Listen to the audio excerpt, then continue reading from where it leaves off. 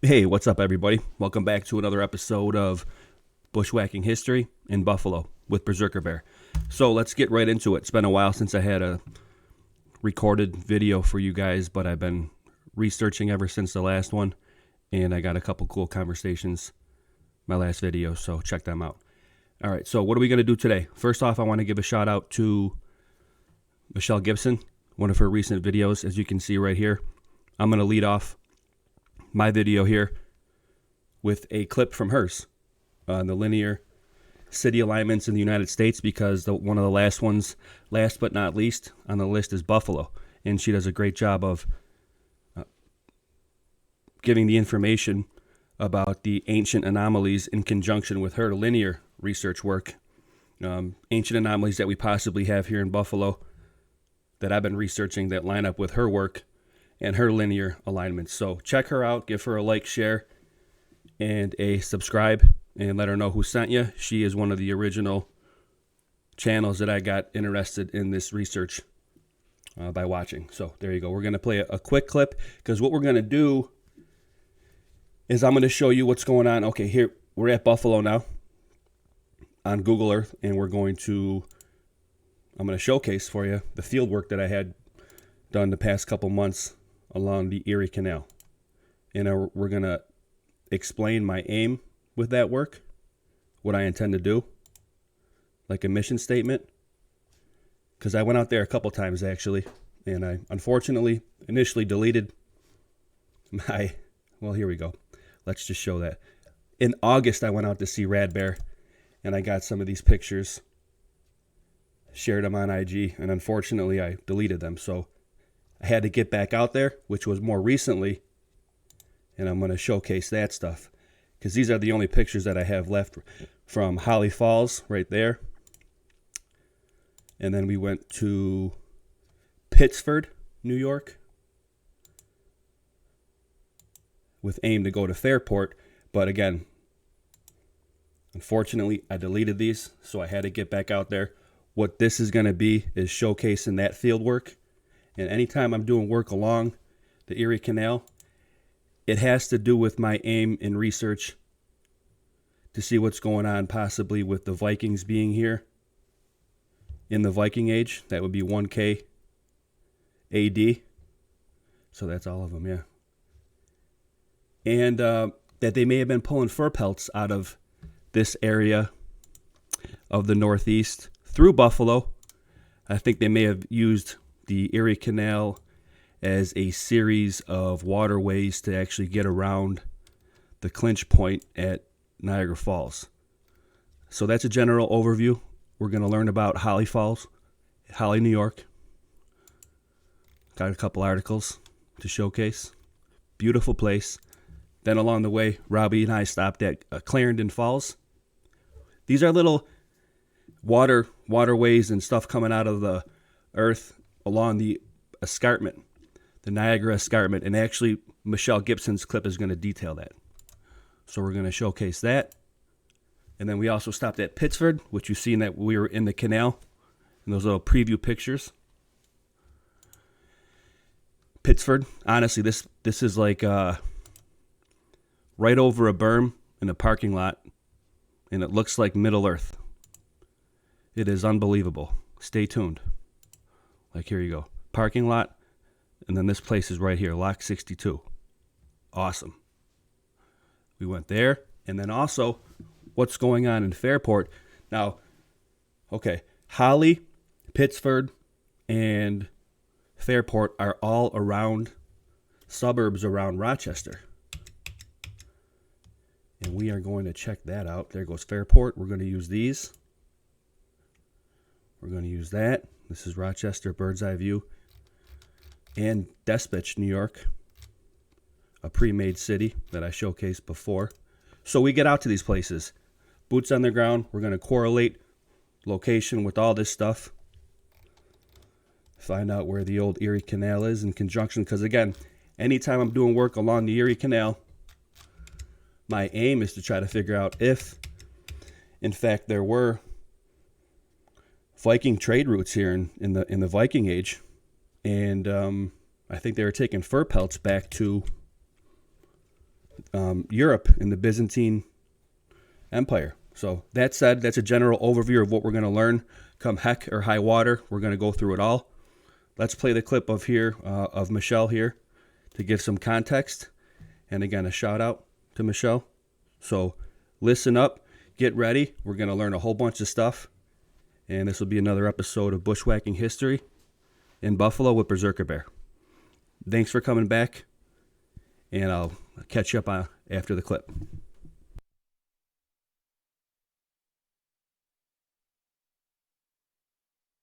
Next and last place I'm going to look at on this alignment is Buffalo, New York's second largest city and the county seat of Erie County. The city serves as a major gateway for travel and commerce across the Canadian border, forming part of the binational Buffalo-Niagara region and Buffalo-Niagara Falls metropolitan area. Niagara Falls is at the international boundary between the United States and Canada, with the city of Niagara Falls in New York on one side and the city of Niagara Falls in Ontario on the other. We are told Europeans started entering the area in the 17th century, with Frenchman Robert de La Salle given the credit for building Fort Conti at the mouth of the Niagara River in 1679 as a base for exploring for the Northwest Passage to Japan and China to extend France's trade. He was accompanied by Belgian priest, missionary, and explorer of the North American interior, Franciscan Father Louis Hennepin, said to have been the first European to see the Niagara Falls. The city of Buffalo is situated on top of the Niagara Escarpment, which forms the falls over which the Niagara River flows through a 36-mile or 58-kilometer channel that connects Lake Erie and Lake Ontario and separates New York from Ontario. The Niagara Escarpment runs predominantly east-west from New York through Ontario, Michigan, Wisconsin, and Illinois in a remarkably geometric-looking shape when you consider the long distance it covers. And this is a view of the Niagara Escarpment pictured on the left in comparison with what is called the Endless Wall at the New River Gorge State Park in West Virginia on the right. Old Fort Erie, now the Fort Erie National Historic Site of Canada, was said to have been constructed by the British as part of a network of fortifications after the 1763 Treaty of Paris, signed at the end of the French and Indian War, in which France ceded its territories east of the Mississippi River to Great Britain. The present fort was said to have been built between 1805 and 1808. The Peace Bridge is an international bridge connecting a location near the center of downtown Buffalo and Fort Erie, Ontario. We are told the idea of a bridge joining the United States and Canada was discussed as early as 1853, though actual construction of the bridge didn't start until August 17th of 1925 and first opened on June 1st of 1927. Typically, we don't ask questions about what we are told, because why on earth would we be lied to? But consider if what we have been told about the construction is consistent with the engineering required to build this massive bridge. This is the Buffalo City Hall, with the McKinley Monument standing in front of it. The story that goes along with this particular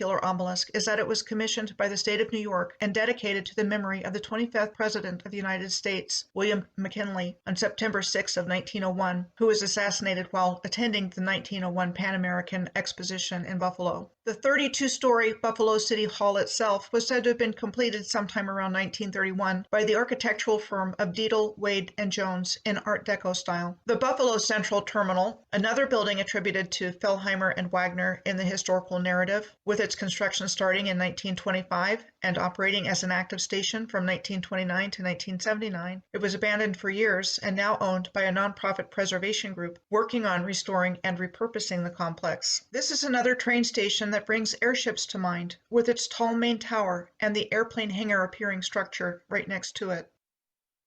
The Erie Canal was built in the middle of what was called the American Canal Age between 1790 and 1855 in our historical narrative. The 363-mile or 584-kilometer-long Erie Canal connected the Hudson River in Albany, New York, with Lake Erie and Buffalo, New York, and was first used on May 17th of 1821. The construction of the Erie Canal was said to have started on July 4th of 1817 in Rome, New York, where Fort Stanwix is located, said to have been built in 1758 by the British. I'm going to end this video here at the Star Fort Stanwix.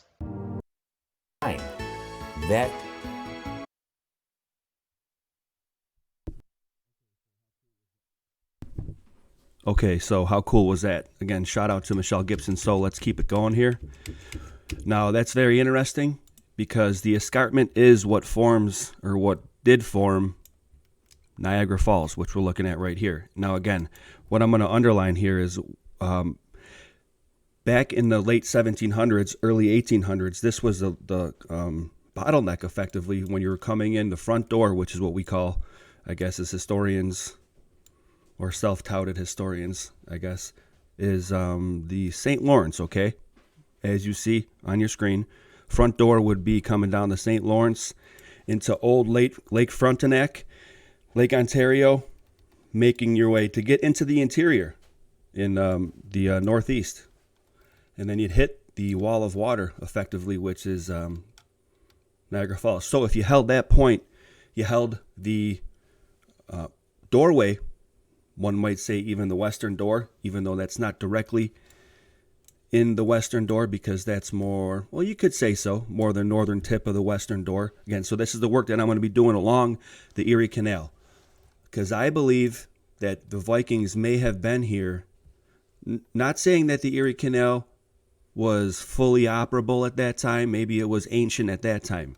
Maybe there was just a series of waterways that were connected from Lake Erie or Niagara River all the way to the Hudson, all the way over here. Now, it is my opinion and my hypothesis that the Vikings were here and they were going a little bit further down the coast from the front door. Now, we're going to show some clips of some historians talking about in context what I'm detailing here in some really cool episodes that I found and have playlists on in my YouTube channel. Check them out, because they say that it doesn't make sense. Number one, well, let's just learn about the American Heritage book that I have right now. This is one of my books actually that I'm pulling from, one of the many, American Heritage. Cool inside cover right there. Copyrights. What I'm interested in is good old Leif Erikson, okay? Eric the Red was his father, and they were here in the New World. Now, I also posit, and I have before, that I believe Vinland might be New York State. Right down here you have history establishments or settlements were Helluland, Markland, and Vinland. Okay, so again, I'm pulling from these books to try to build an argument that, and I'm going to show you some cool video clips that say it doesn't make sense that they just stopped at the bottom of Nova Scotia, where I guess a lot of people think that Vinland is. I think that they came down. Even some historians saying you're going to hear that they may have been even in Florida and Mexico. So also they say they definitely, allegedly, were in New York Harbor. And if New York Harbor, the Hudson, here's where my hypothesis comes into play and where the gravy really starts to flow. That I think that if you held the clinch point where, I forget what, oh, you know what, let's see, where is that?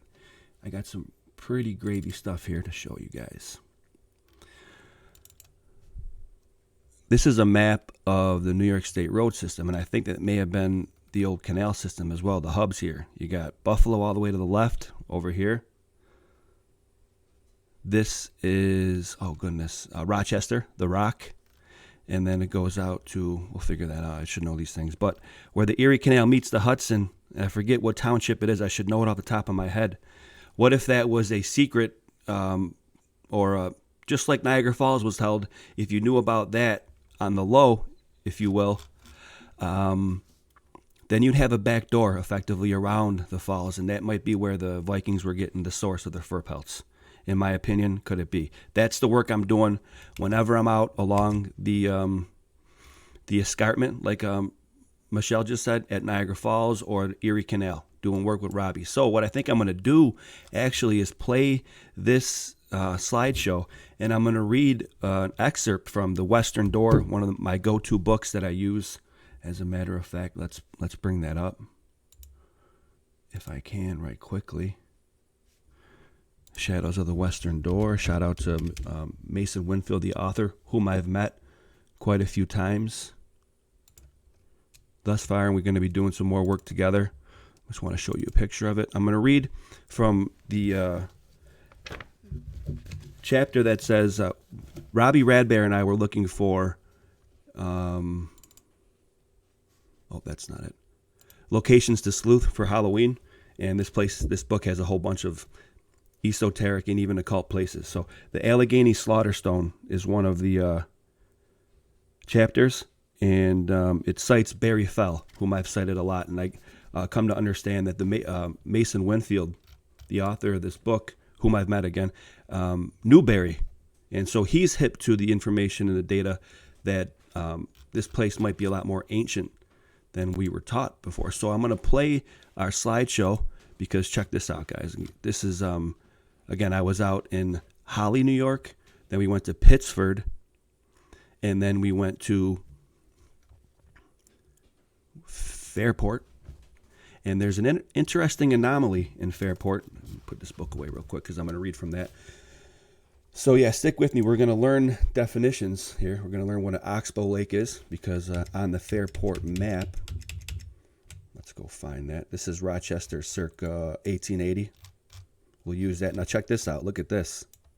I think another one of my things, we're going to do a section of my show that's a Insta grab bag type of deal. I'm going to try to incorporate that, where I dip into my Instagram feed and pull out a couple relevant posts. And again, I urge you guys to go there in between videos, because I'll post stuff like this. I actually I clipped this little picture, put it on there and said, does anyone know where this is? Like a trivia. And then a little bit later I gave the answer. Anyway, we're going to use this. And in Fairport, where are you at? Fairport. There's Rochester, bird's eye view. You got the Erie Canal snaking through right there. But why did I go to Fairport? Because when I was looking at the Fairport, New York map, look for interesting features, that stick out to you. This did, and I'm like, oxbow. Now, I know off the top of my head an oxbow from watching History Channel and, reading about geography. I should actually pull from my high school geography book that I have here from 1911. We will. But, okay, oxbow. I know that off the top of my head, they're created from snaking, a dragon snaking, if you will, winding rivers. So that would indicate maybe, I'm like, oh, wow, is that an indication that the Erie Canal was an ancient waterway? Okay. So Robbie and I went there. It was a little bit lackluster, but we'll see. And actually, I was trying to get Robbie on doing this presentation live, but we will in the future, because I'm going to be talking to him tonight. We're going to scout out some new locations and try to get a Halloween episode for you. Now, that said, what's the importance of that, the oxbow lake? We're going to learn that definition if you haven't already. We're also going to learn what a portage is, and you can see it on your screen, the labor of carrying or transporting like a canoe in between waterways. And with the combination of the Vikings having boats that were seaworthy, also low draft Viking dragon ships. This is also known as the Dragon Path. The portage escarpment is also in conjunction with this. I'm not sure we're going to learn that. We'll do that in another video. I'm going to close this down. And then field research. So this is, we'll learn this right now real quick. This is actually getting out and collecting data in the field. And that's the term that I've been using lately. Hashtag field research. You might see it in for example, my Instagram posts. All right. So let's just read this right quick, because that's what I'm doing when I get out to Holley, New York, and Clarendon, New York, and Pittsford, New York, and Fairport, New York, or Niagara Falls, New York, or Lockport, or even down to Lackawanna. And now, incorporating Canada, I'll be getting in there soon, because they're dropping certain requirements. Keep that in mind. That's awesome. Okay, real quick, fieldwork is the collection of raw data outside a laboratory, library, or workplace settings. I would also incorporate also outside of the interwebs. The approaches and methods used in field research vary across disciplines. For example, biologists who conduct field research may simply observe animals interacting with their environments, whereas social scientists conducting field research may observe people in their natural environments to learn their languages, folklore, and social structures. Or in the case of what I do, researching ancient anomalies in my city, I get out and walk on top of it. That said, let's do the Instagrab bag session. Berserker bear, the scrupulous berserker, or scrupulous bushwhacker. All right, now you can get to my YouTube channel by going to my Instagram profile by going to my YouTube channel. And I post cool, interesting, relevant stuff, pop culture stuff, movies, and things relating to research, such as, okay, see, for example, I posted this. Old World Trivia time. Where is this? And then the next post, a couple hours later, I answered it. Now, it's from that Library of Congress map that I use now. Let's stick on point. And what's relevant here? I cited Barry Fell. I cited my book that I use, Shadows of the Western Door. Okay, I've shared this many times before, even on my old burned Instagram profiles. Let's read what I'm saying here. CF Apps was one of the first YouTube channels I subscribed to. Rest in peace, good sir. OG in the old world sleuth game. This episode does a very good job outlining the fundamental motivation of my work. Civilization was here in the New World prior to Columbus. Now, let me underline that. More civilization on top of the native culture as well, in my opinion. Possibly as far back as 1K BC with the Phoenicians and Basques. Cite Harvard grad and marine biologist, the late Barry Fell, who was featured in this episode, along with his hypothesis. It's a very commonly held belief for historians who do more digging than just inside the textbooks from academia. What's not as common is what happened to these alleged civilizations. Why did they leave this place? When? And I believe, I can contribute to that, answering this. And with that, deduce backwards and extrapolate more on just what cultures and peoples may have been in the New World circa 1K BC, even up to 1K AD. Now, note the range, because that brings us into the Viking Age. From the Phoenicians of 1K BC to the Vikings, 1K AD. If there was civilization here, the Viking story might be able to help. Now, I have specific data and literature that can contribute to that, not just only pulling off of the internet. Now, again, my best guess as to when this was left, I think it was actually around the end of the Viking Age, possibly. And that would leave 400 years of nature laying sedimentation and overgrowth, which is a portion of what we would term as the mud flood, in my opinion. There's many mechanisms to it. I think that there was systematic, purposeful burial on top of sedimentation and layering. Okay? And I believe there is a lattice work of connected infrastructure, presumably by canals and roads, laid out in radial pattern that is still here in some places, sticking out of the terra. And it's beginning to reveal itself in many different ways. Stay tuned. Keep it sleuthing. Effectively is the long and short. Okay, so that was the Insta grab bag session with the Scrupulous Berserker, or AKA Scrupulous Bushwhacker. And I highly recommend that you follow me there, because in between videos, I ladle gravy there. Again, cool movies that I like, music, pop culture stuff. All right, let's close that. And I got that. Let's go back to my YouTube channel. Also, okay, so when I'm doing work along the Erie Canal, that's what I'm doing. When I'm doing work in Buffalo, and like inside Buffalo city limits, we'll say. Let's see here, Buffalo, just so you get an outline of it. I'm doing work on like a Michelle Gibson cited in her awesome presentation, the Peace Bridge, right here, and then Fort Erie, which is an old, what we would say a Vauban style star fort. Okay, landlocked, right? But, as we know at rivers and straits, there's usually another one on the other side that's never been delineated historically in Buffalo, there being one. There was a Fort Porter, but it wasn't big at all. My other hypothesis is there was one here. I've done work on this before. I posted it on my IG. You got to track back. It'll be another episode. We're going to do a little bit more. We're already a bunch, quite a ways into this presentation, and haven't even started the slideshow yet. But what I think the radial patterns are emanating out from in Buffalo maybe was an old Cohorn style star fort, which incorporates water around it. And again, I have posts on that. If you scroll down on my YouTube channel, on my community, I detail the differences.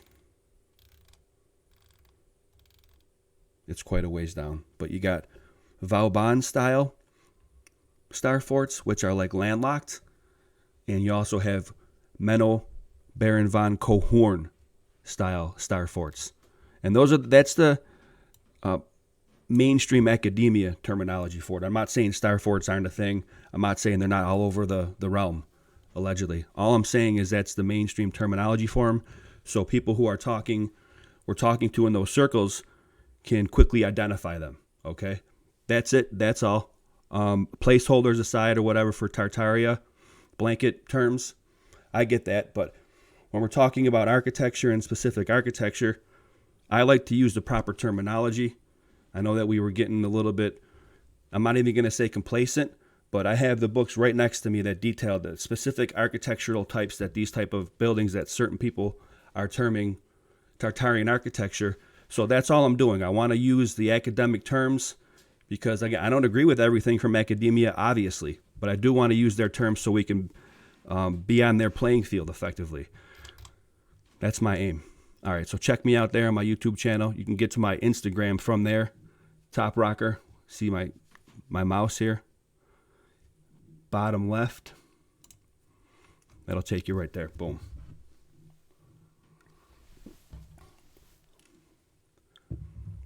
Or not. Maybe I got to update the link. Let's hope.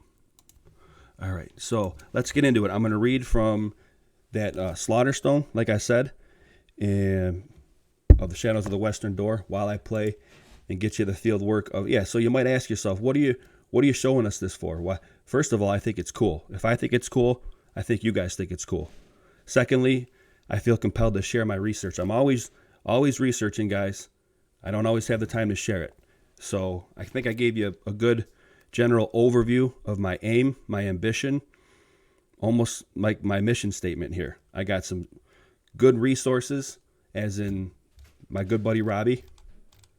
This guy's a wealth of knowledge, especially for native information. His guy is Red Jacket and the old Iroquois salt that stood up against the Western encroachment. So his data is unbelievably important.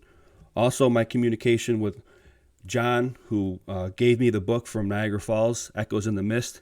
Thank you, John. I appreciate that. You know who you are. And then Mason, whom I've met, had some coffee over, and he likes my research, has given me some compliments when we spoke last, so I appreciate that, Mason. Thank you very much, sir, and we'll be in touch again. So let's get right into it. While I read from your book about Barry Fell and the Slaughterstone, I'll play, and I'll be quiet when I play the videos or whatever, so I want to share with you. I feel compelled to share. It is a little bit of extra work, but no big deal. Here we go. Let's play some music, if that'll work.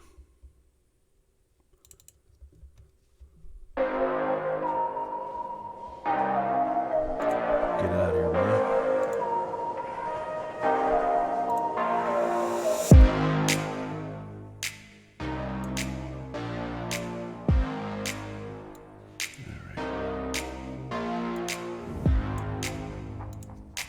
And slideshow.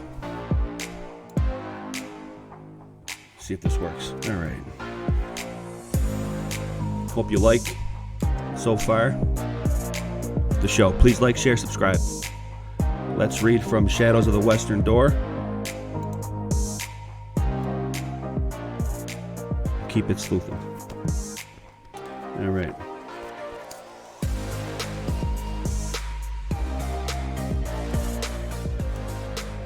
The Allegheny Slaughterstone.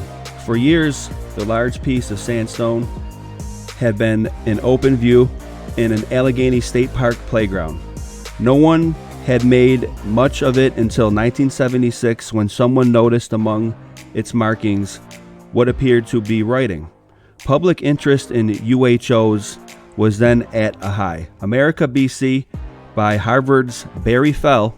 Again, that's why I'm reading this. I'm not going to read the whole thing. I just want to show you in context that this book cites Barry.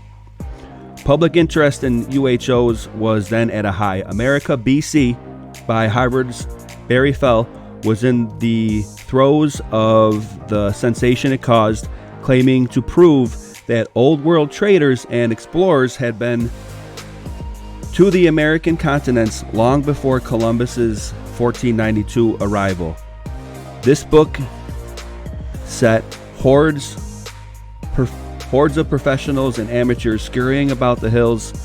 This book set hordes of professionals and amateurs scurrying about the fields, valleys, and rivers of our nation for other traces. The Allegheny Stone came to Fell's attention. Late New Zealander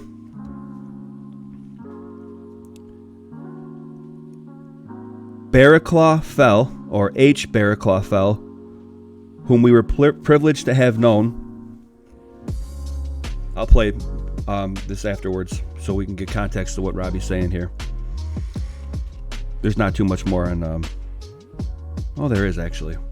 Let's see what's going on. I don't want to stop recording this right now. Robbie was just saying how he was a kid and that lake wasn't there. We'll play that again, actually. We'll play that. And I'll keep reading.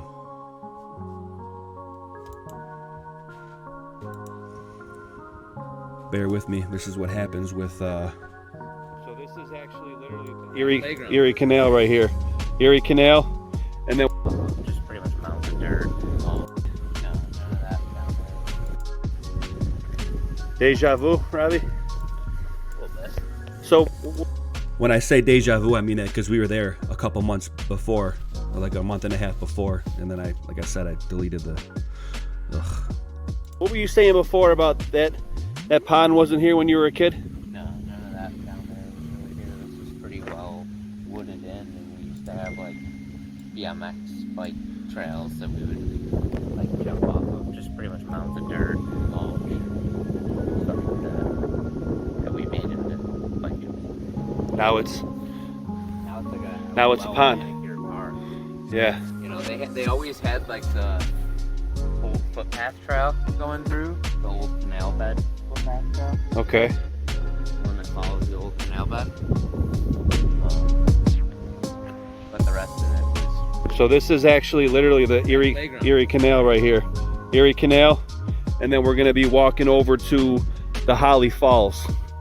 So, yeah, that's where we were. This is Holley. Robbie Radbear and I bushwhacking history. Hope you like it.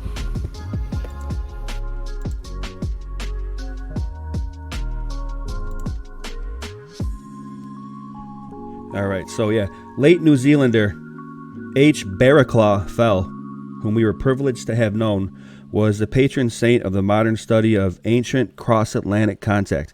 He was an oceanographer and a linguist, a professor of biology at Harvard, but also a world-renowned epigrapher, a translator of ancient inscriptions. To one of the park's old hands, the markings of the Allegheny Stone looked like worm crawlings, but to Fell, it was authentic artifacts. All right, let's try this round two. It's literally like deja vu. It definitely seems like it's raging a little harder You think so? than I remember it.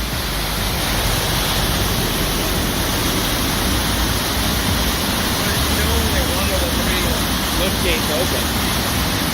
Yep, only one. This was amazing. Absolutely amazing.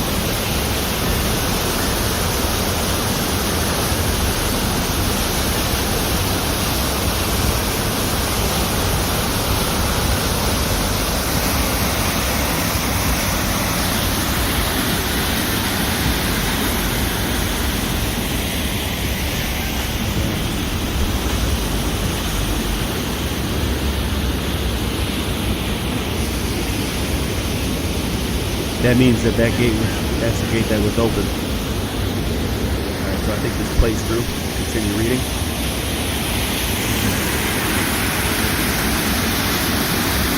But to Fell, that was an authentic artifact. So he thinks that the Allegheny Stone was an authentic artifact. He cautioned that it was severely frost damaged and that most of the letters had to be reconstructed. Nevertheless, he deciphered some of the words of the Celtic Iberian language written in a type of Arabic script called pre-classic. And pre-classic is in quotes.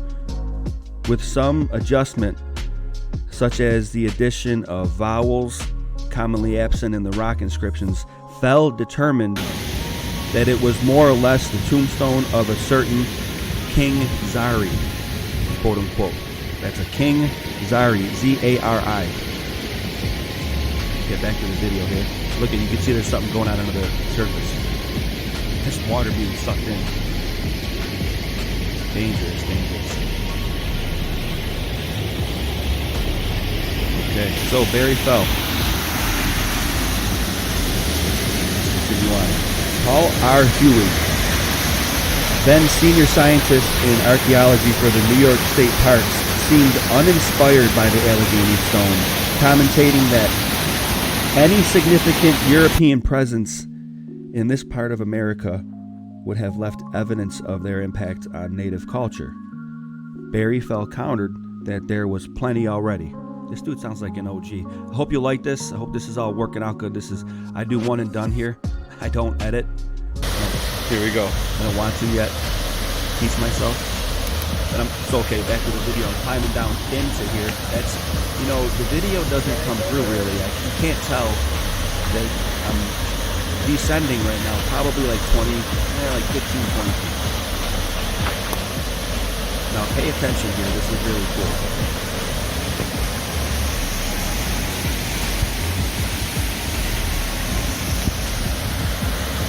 Hashtag fieldwork. I'll walk on what I just said.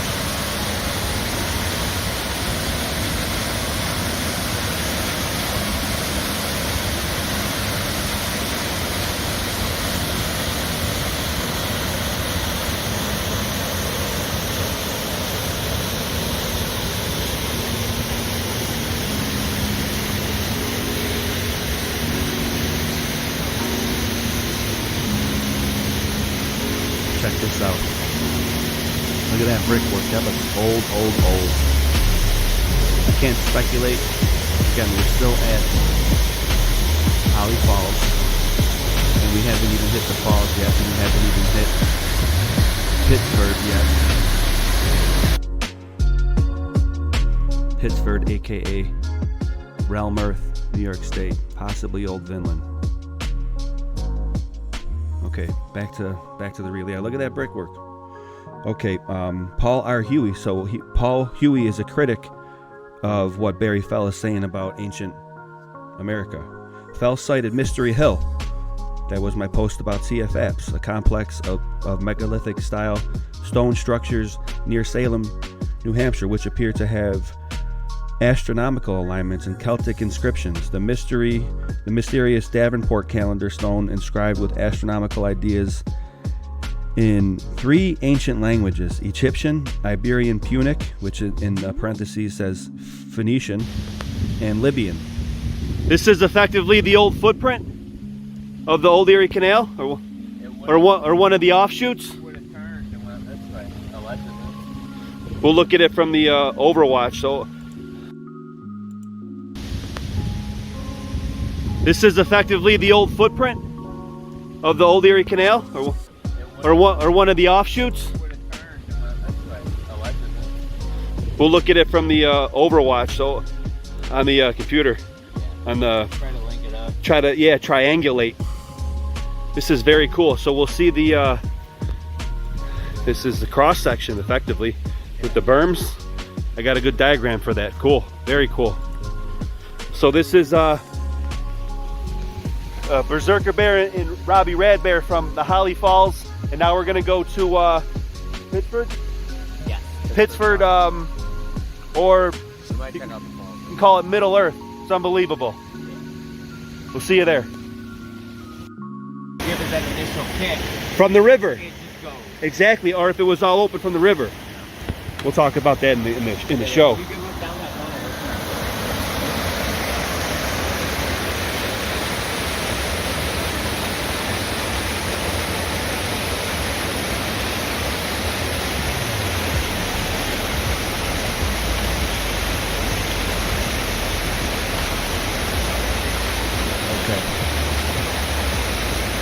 So Paul Huey was a critic And Barry fell saying that we have Mystery Hill as a complex style of megalithic style stones.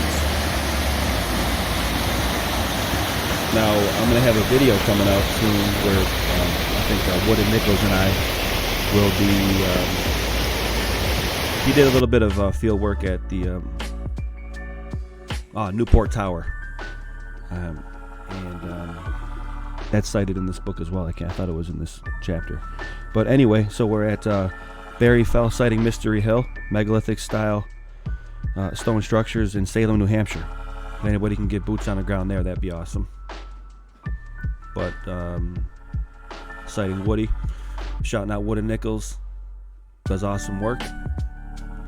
And we'll be doing a video on the Newport Tower. So again, they think that Vikings may have done that one too. I don't know what's going on here.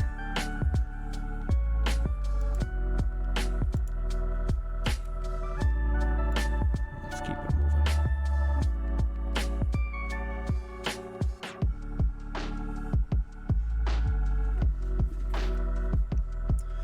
It's acting up a little bit. Bear with me 1 second while I hip fire. You know, that's one thing that is not cool sometimes is the Google slideshow does this. Anybody knows a workaround? I have it pretty clean. I'm just literally defragging it right now in front of you guys. Let's see if that works. Boom. Got a bunch of tabs open. I think I should close these. I'll put the links to this stuff in the description for you guys so you can learn about Holley, New York, where I was. Holley Falls. And you're going to see pictures of this place, little offshoot park that Robbie stopped at. He was advised that we should stop at along the way. I wanted to show you guys this one. This is the top of the fall. Thanks for your patience on that. Sorry about that. Obviously you wanted to see this one. That wasn't too long. Sand too, because this is the east branch. Whoa. Of Sandy Creek. Wow. So I'd say that's like what, 25 feet? Here we go again. Unreal.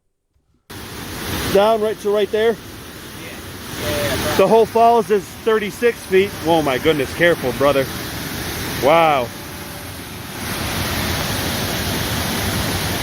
We used to climb out there. So the whole falls is 35 You used to feet. climb down there? Yeah. Skid. Got stung by. Oh boy, of course. Like the best part. I apologize, y'all. Bees down there.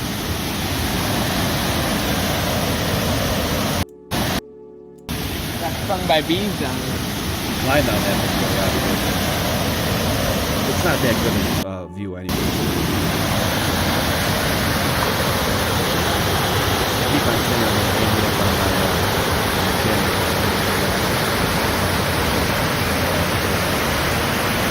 Literally,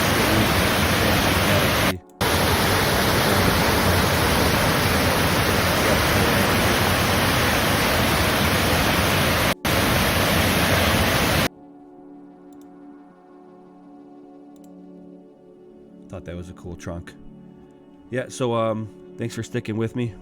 Hope you like the tunes, and let's get back to the site in Barry Fell here, because again, I think I'm kind of continuing his work with like what I stated with my mission statement before.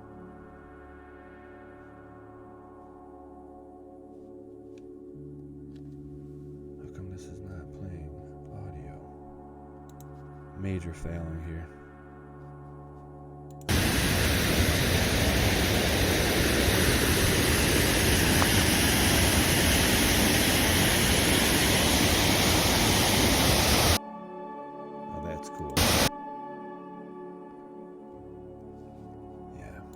Close these windows.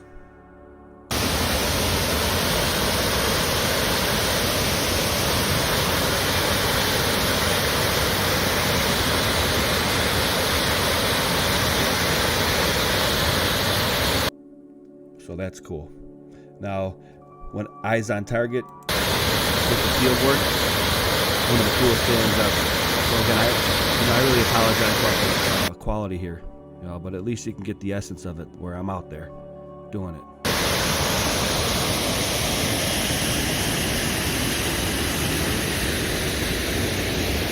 Beautiful park, Holley, New York. Tell you what, just a 10-minute ride. I closed my book. I don't even share with you guys. Historians talking about them possibly being in the New World. There goes your boy. Like I said, one of the coolest things is when I'm out doing my work. It's about an hour and 10 minutes to get out to Robbie, and it's there he goes. He lives in Kendall, New York, which is again a suburb of Rochester. And I'll leave these in the description as well. We're gonna end and explain what exactly an Oxbow Lake is and show how I at first thought it was an anomaly, possibly an addition to my research, but maybe not. That said, what else we have? Dispatch, New York. I did share this before, but what's important about this one is that when I shared it, I said it's just a prefab city, effectively. Find businesses and resident lots on easy payments, and they have storefronts that are already like for sale. So it was like the whole city was plotted out with just so many houses on there. And again, that's a suburb of Rochester. So when I get eyes on target doing my field work, it's one of the best feelings ever. And I can't say again how much I'm appreciative and grateful for doing this stuff and having a buddy like Robbie. Also being able to get up in Canada soon. It's going to double my stomping ground for you. So not only will I be doing work along the Erie Canal, Buffalo, Erie Basin, Marina. There goes some information for y'all. I'm going to get into Canada. Okay, and I got a history of going to Canada my entire life. Port Colborne, actually. I do love Canada. So again, it's not always mud flood, y'all. Like inundation of mud, worldwide cataclysmic inundation of mud. That actually was sloping ground down towards the canal. So you just have to account for it and slot the building in. Now here goes the Clarendon Falls. Just we weren't even going to stop here, and Robbie's like, "Dude, there's a falls back there. Yeah, let's well, I'll do it afterwards. Triangulate on the map. I don't want to stop this." So Robbie had said that this is like the escarpment. Now the escarpment is not all 180 feet like where it is at the falls. It tapers out down as it goes more towards the east. As you see Michelle say, it's got an arcing feature to it. Yeah, we're going to pass this, guys. I apologize. You can see it, though. You'll be able to see pictures.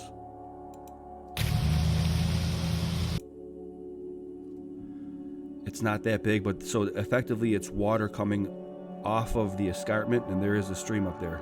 I'll triangulate it afterwards. But this is the Clarendon Falls in the Clarendon Park. And clearly my computer's not really wanting to work right now. But again, you get the essence of the fact that I'm out there doing it. Why is it doing this right now? Bear with me, y'all.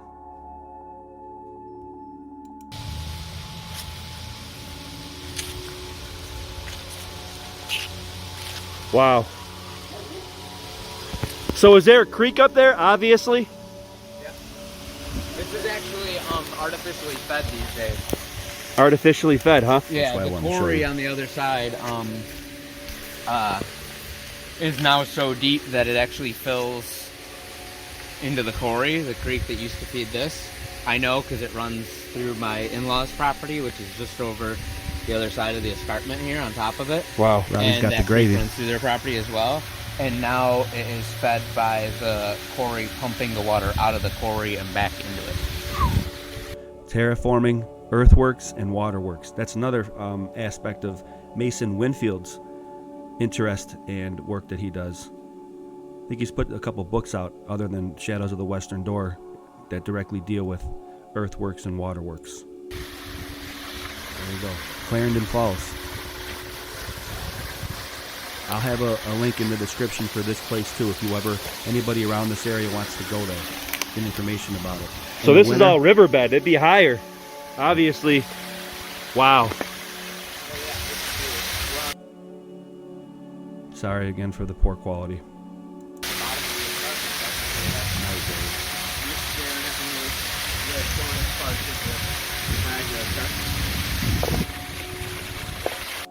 Here, Robbie, cite the Niagara Escarpment. Kind of rad that it can't step on into it. That's so cool. What'd you say? Kind of what? Kind of rad. Like Rad Bear? Very cool. So you're used to seeing it a little bit more. Yeah, in the winter it's beautiful as well. True that, yep, true that. It used to flow a lot harder before all the stuff with the blowers. More naturally, obviously. Now Awesome. what they pump out.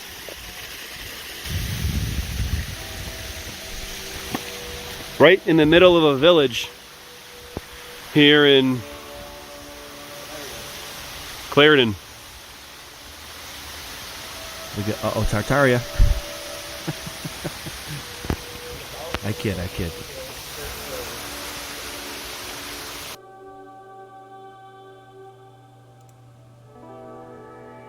Okay, so general overview. That's what I'm doing when I'm with Robbie. We're checking out the Erie Canal, the escarpment. Hopefully, eventually, through my contact with a Mason, maybe even approach some native elders, possibly. Again, he's based out of East Aurora, New York. My little girl dances out there, so I drive her out there. My wife and I drive her out there every week. And like I was going to say earlier, actually, you know, people don't realize, people think the Northeast is all industrialized, the Rust Belt. But a 5-minute, 10-minute drive outside of Buffalo, well, I had to walk up to this. I'm like, oh, let's just take a walk near it.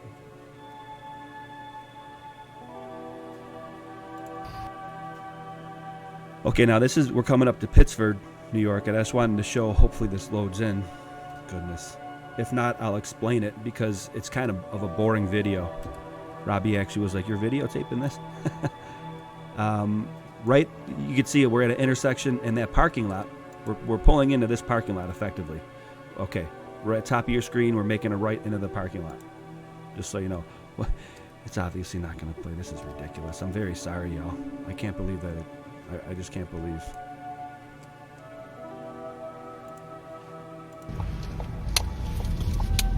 So, in Babylon, in the parking lot. Yeah, right back. I can see that. I recognize. So, well, you know what? I'll do the overlay afterwards. I just want people to see. I just wanted you guys to see that right over that berm in the back, okay? It's like a 30-foot berm. You have this place which you're about to witness. And this is Pittsford. And again, I pulled into this parking lot, and you can't even see, you don't even know this is back here, effectively. All right?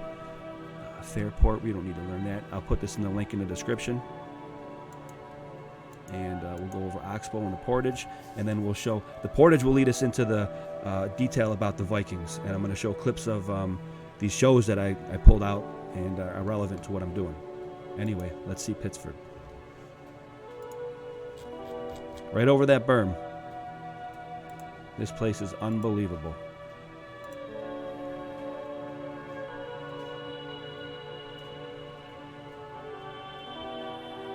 There you go. Look at that block work, y'all. Now we're looking down into it.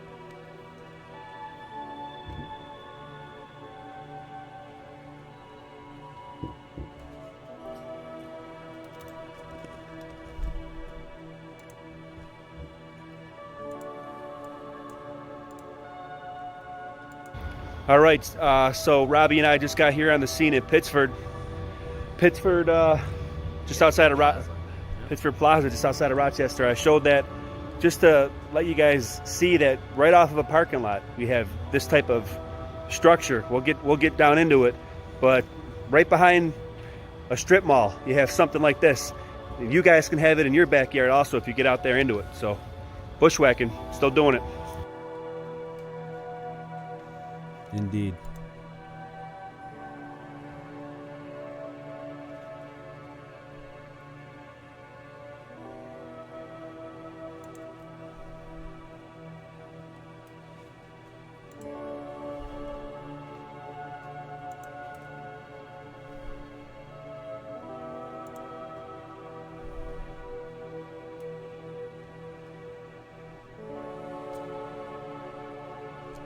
You can see the other side.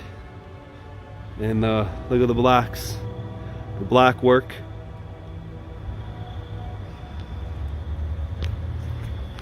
Just crazy. Sign.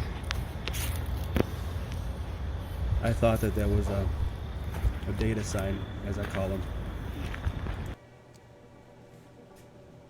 I really can't stand this. We're just gonna look at the pictures then. We're gonna keep going. This doesn't keep on. I hate having to keep doing this, but blocks. We're gonna keep it going. Block work. I'm gonna push through. If the videos don't load and they keep on buffering, it is what it is, y'all. Get out there in your backyard. Again, this is the Northeast. A lot of people think that it's all industrialized and Rust Belt. Meanwhile, I take a 10-minute ride as I'm driving to Robbie's along that There was one. parallel with the shore of Lake Frontenac or Lake Ontario.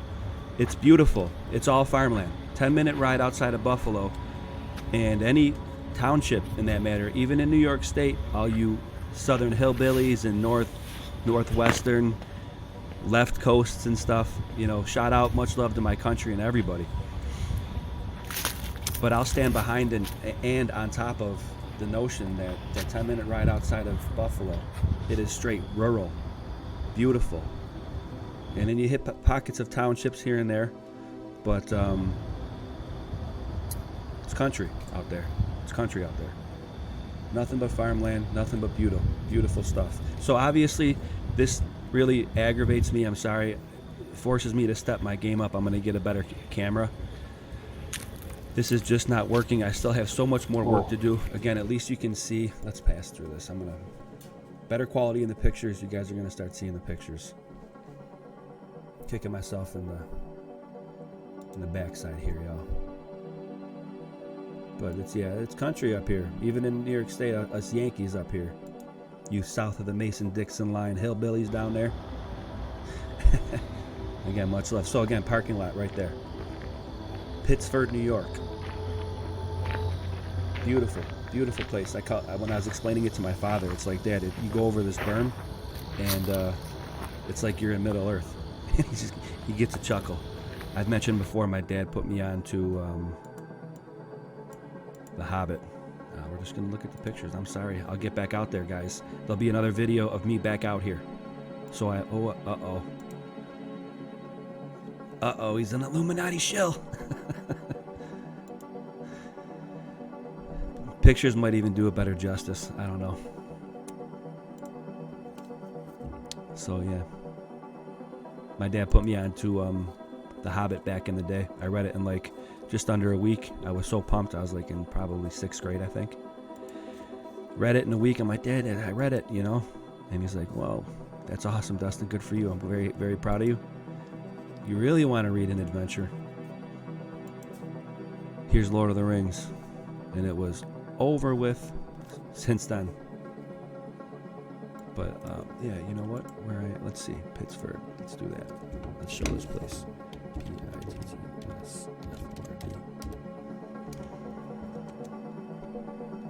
Boom. So again, that's like a township of Rochester. And these links for these things, these will all be in the description for you. These old school pictures. Now this is where I am, Pittsford, and I guarantee I could find it right quick. It's actually Pittsford Plaza.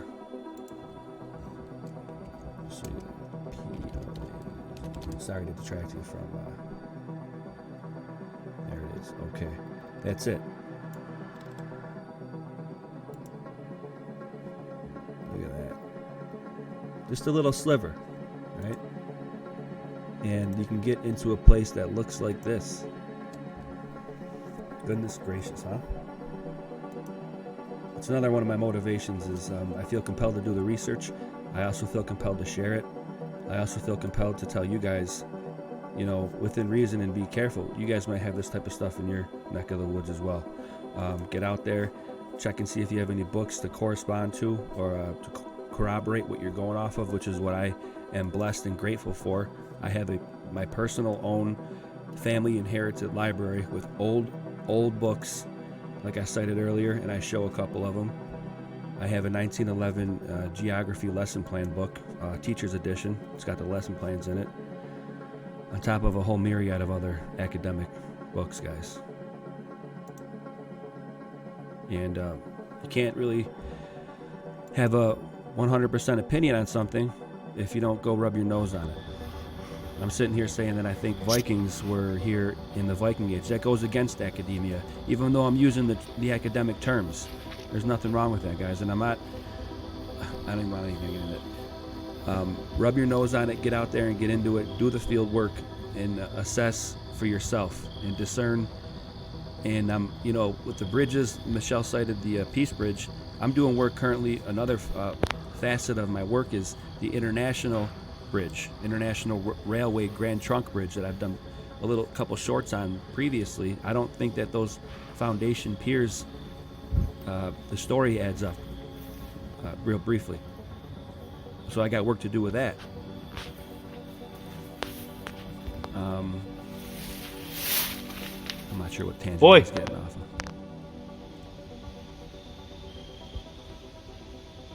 So, yep.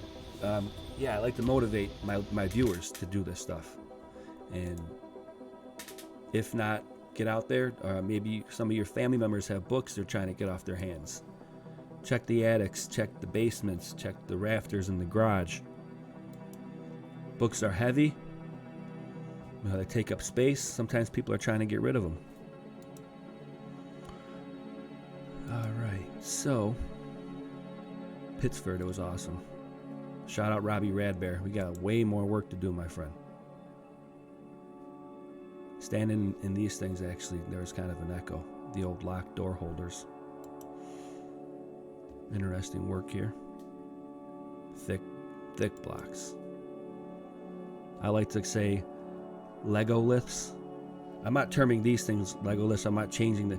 Sometimes you got to coin your own terminology, and every so often when I do drop that term Lego liths, I do put a copyright thing next to it because I did come up with that one.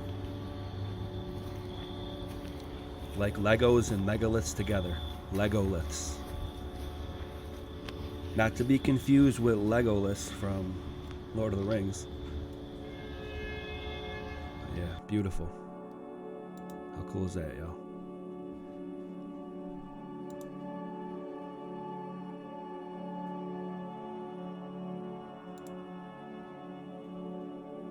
And I like to share it.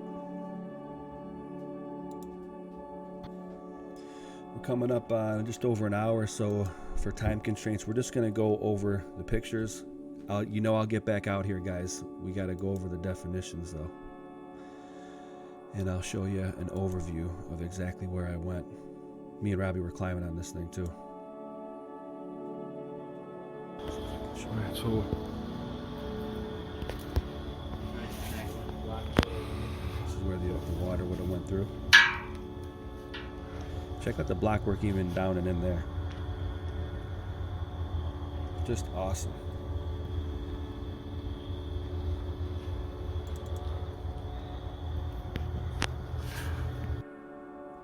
All right, so again, stay tuned for after this.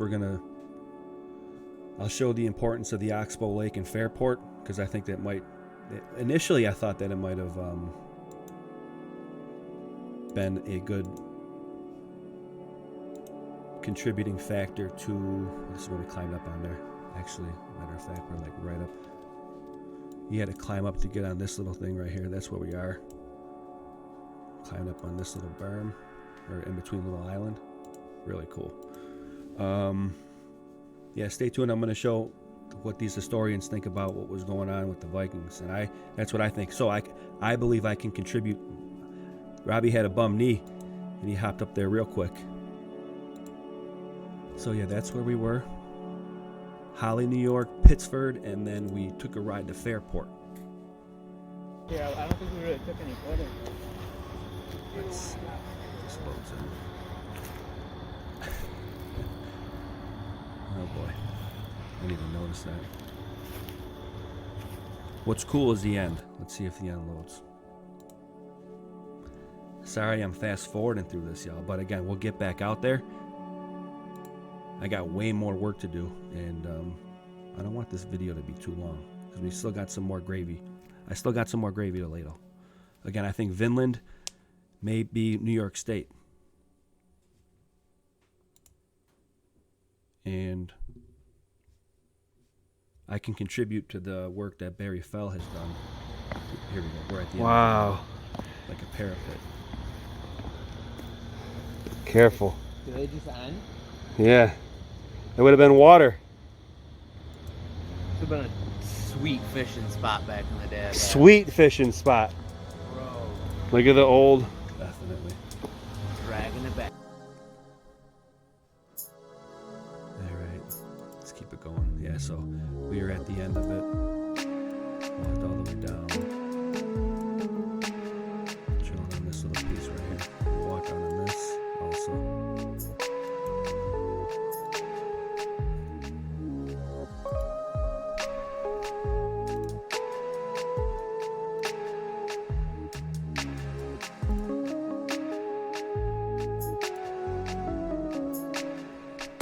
Robbie knows the flora pretty well. That was the stag, I think. Likened it to it's velvety, like a stag in the season where they're, I guess they're shedding. There we go. Field work, y'all. And then we're out. Okay, so here, that wraps up the actual slideshow. We were gonna go out to Fairport. Let's see, let's pull that up right now. Keep that open. We close some other windows, y'all. Bear with me. Do some housekeeping. Sorry, appreciate it. Look at, there go. I think these might have been the canalways. Could it be? Certainly could be. All right, we're gonna run that,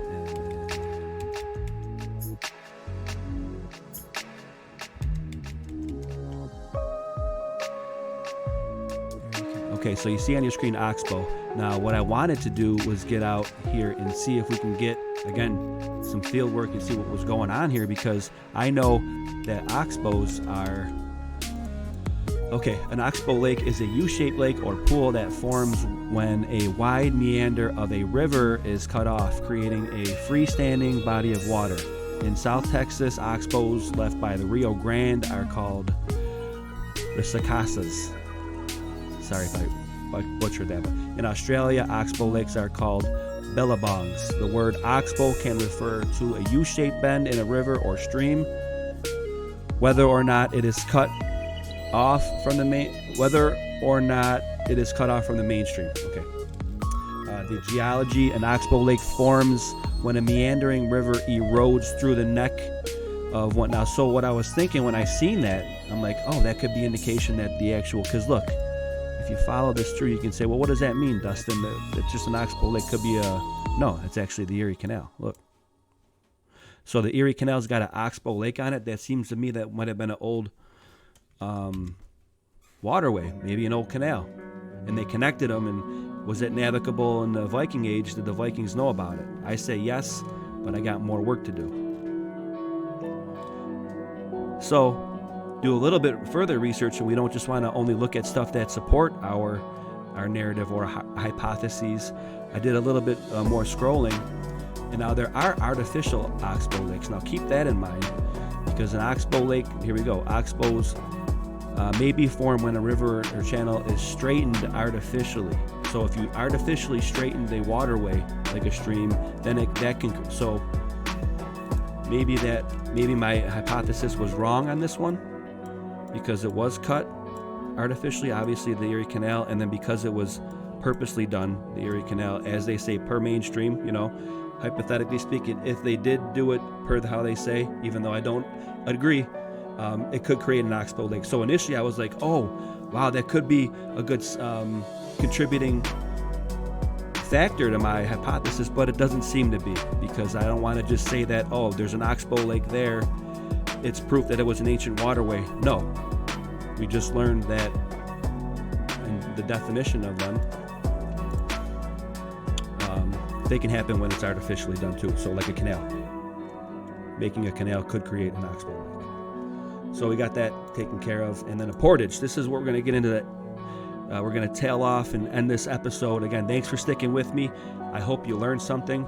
That's what I like to do here. Is I hope when you come and watch my channel, you learn something at least. You don't have to agree with me, obviously, but I hope you learned something.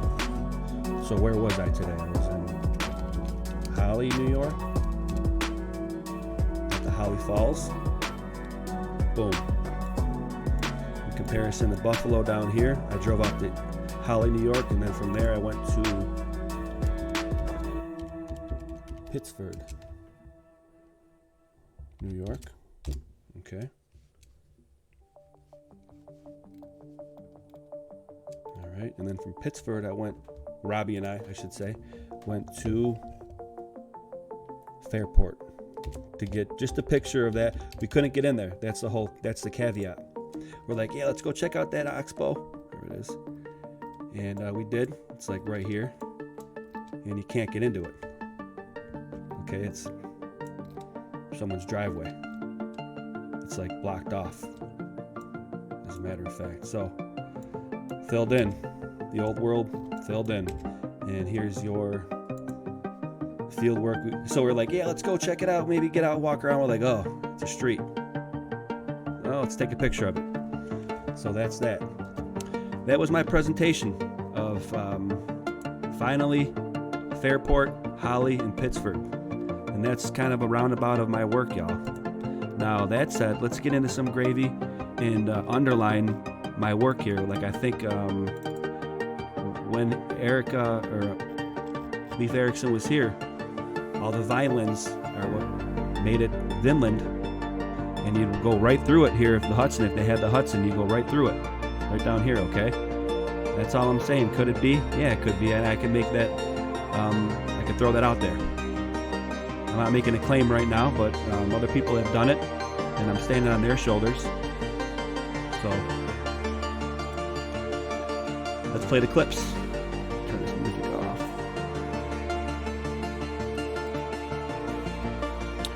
So, were the Vikings here in the Viking Age? Were they taking fur pelts out of the interior by getting around the bottleneck of Niagara Falls?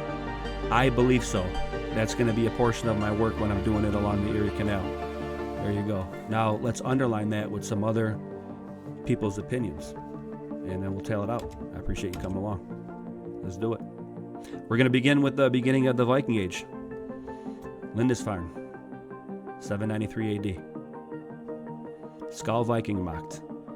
With the faith of a Christian, the tenacity of a berserker bear Viking, whose great-grandfather was born in Oslo. My name, Dustin, literally means the stone of Thor. Valiant warrior. Etymologically, it's the stone of Thor. I was meant to do this work. Thanks, y'all. Here we go.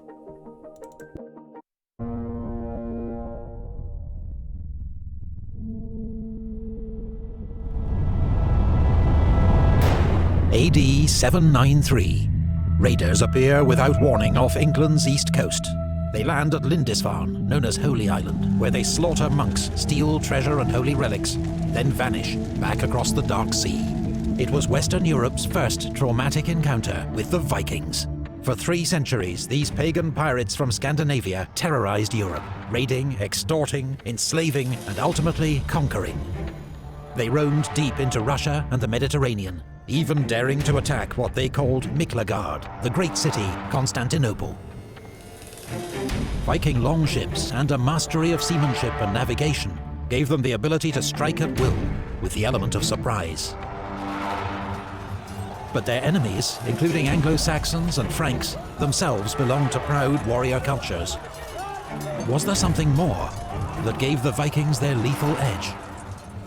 Professor Tom Shippey is an expert in Viking history and medieval literature. He believes their success can be attributed in part to a unique mindset. A mindset revealed in the Vikings' own sagas. Now, real quick, I'm going to jump in and give some context here, because this is has to do with dudes being dudes, and how the Viking, I guess, humor played out and how they looked at things. And I have that with myself and my brother, my father, and my buddies. And dudes here are dudes there. And what I mean by that is guys are guys everywhere. And it's interesting to hear that in context or through the lens of a Viking. And this guy tells a great story and does a great job, and that's why I wanted to show it. We have a great many sagas written in the Vikings' own language, which is Old Norse. There's the famous sagas of Icelanders, but there's also Konungasögur, that's sagas of kings. There's Fornaldasögur, sagas of old times. These are looked on with suspicion these days because they were written hundreds of years later, mostly in far-off Iceland. And people say, oh, well, you can't rely on those for history. They're fiction. Well, actually, a lot of it is fiction, and some of it's fairy tale, and you can pick that out quite easily. But a lot of it isn't fiction. I think it's based on family memories. And people who can't read and write often have good memories, and they take memories seriously and they pass them on. Leaving the fact and fiction question aside, they do all express, I think, a very characteristic and consistent attitude, which I call the Viking mindset. And that's really quite distinctive. Two of the distinctive things about it are the fascination with scenes of death, with famous death songs, with famous last stands, all that kind of thing. And the other is the very characteristic sense of humor, which I call, I'm afraid, it's not good sense of humor, it's bad sense of humor. It's the kind of humor which is really rather cruel or grim. And we see quite a lot of it. Hilarious. Okay, so that was for context on the Viking way of looking at things, and like the bust chops, if you will. Now this is the history gravy. Listen up, y'all. I might just tail it off at the end. I'll probably come in and do a closer and maybe a preview for another couple episodes. Again, Wood and Nichols and I are going to probably do one on the Newport Tower, and then I got another 33 episodes coming out.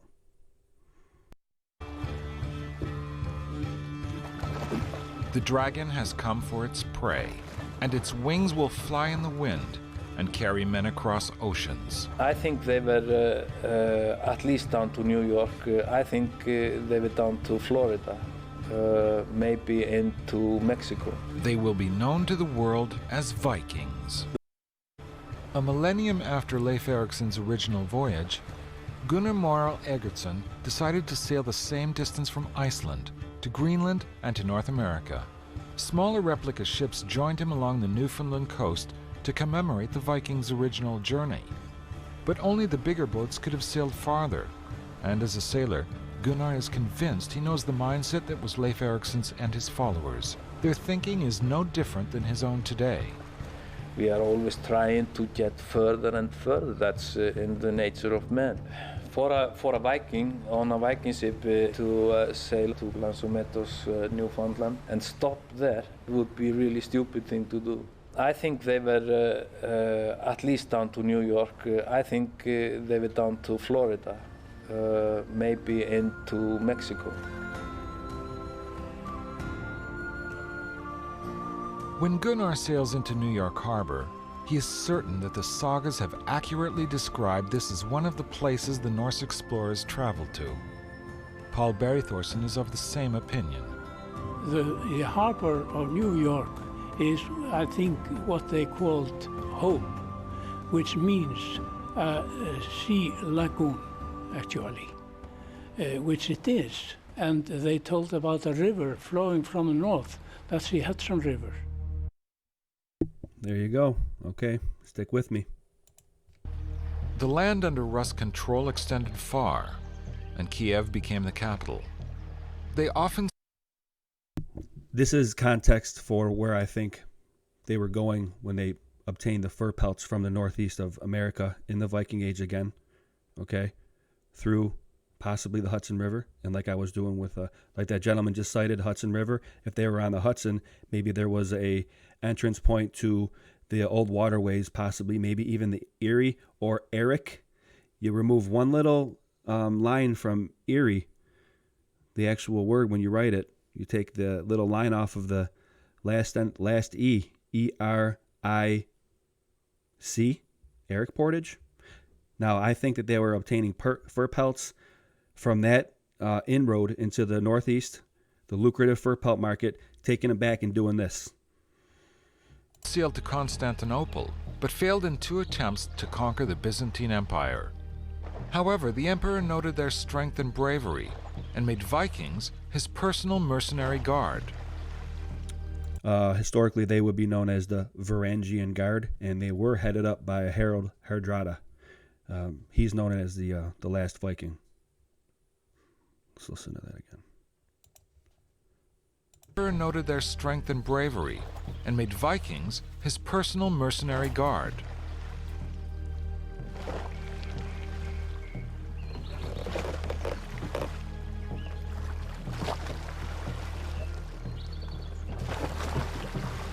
The Vikings were a merchant elite, backed by their own military power, and they exacted tribute in furs and slaves from their Slavic subjects to trade with the Arabs for silver.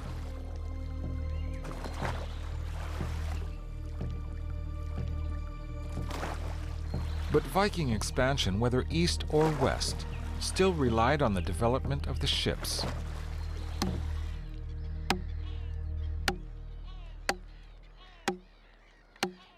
At the Viking Ship Museum in Denmark, Søren Nielsen is in charge of building replica ships. The important thing is to follow the fiber, that the piece of wood which is put into the boat follows the fibers of the wood. So it has grown in the right shape, you can say. I made two pieces here, just to show you the important thing. On this piece, the fibers are going here like this, straight, and this is a grown piece from the nature. And if I hit it here, as you can see here, the fibers didn't follow the shape of the piece, so it broke. And that is the important thing. As you can see on this piece of wood, the fibers is following from one end to the other, and therefore it's unbreakable. Well, so that is what makes this piece very strong. In the forests of Viking times, an industry was developed. Skilled boat builders looked for natural curves in the wood, lines that fit the hull shape of the boat they planned to build. Planks were cleaved out of the tree trunk, and beams carved out of the curved branches.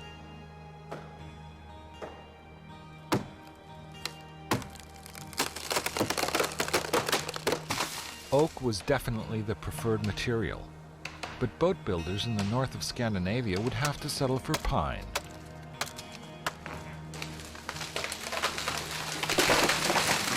These might be clues we can use to try to find. I think it was impossible for one boat builder or 10 boat builders to build a boat like this. It has to be, you had an industry with a lot of people in the forest chopping the big planks out, and they were taking roughly chopped planks down to the harbor. And down there were boat builders putting the boat together. Today, the tradition is upheld by a small team of boat builders at the Viking Ship Museum at Roskilde in Denmark. On this bed is the longest replica ship ever built. At 100 feet in length, this slender ship seems to defy the rules of boat building. There is a lot of points where I think this is not strong enough. This is too thin, this is too weak. In all those cases, when the boat is going out sailing, it's strong enough. It would be okay. The ship is built using clinker technique with overlapping planks. I think it's one of the few elements in life which has survived for more than 1,000 years in living tradition over a large part of Northern Europe and North America as a true Viking heritage. The design allows for a considerable flex along the ship's axes. They can be like a dolphin in the sea, move and do not stand out as a stiff element which would hammer into the waves. This is the secret of the Viking ship. Very important to know that it was seaworthy. Farmers became traders, a rural lifestyle exchanged for an urban one. Maintaining control over trade and controlling the merchant routes using warfare and defensive tactics soon gave Vikings the upper hand. Amber, eiderdown, and good quality whetstones were important ingredients in the Vikings' trading system.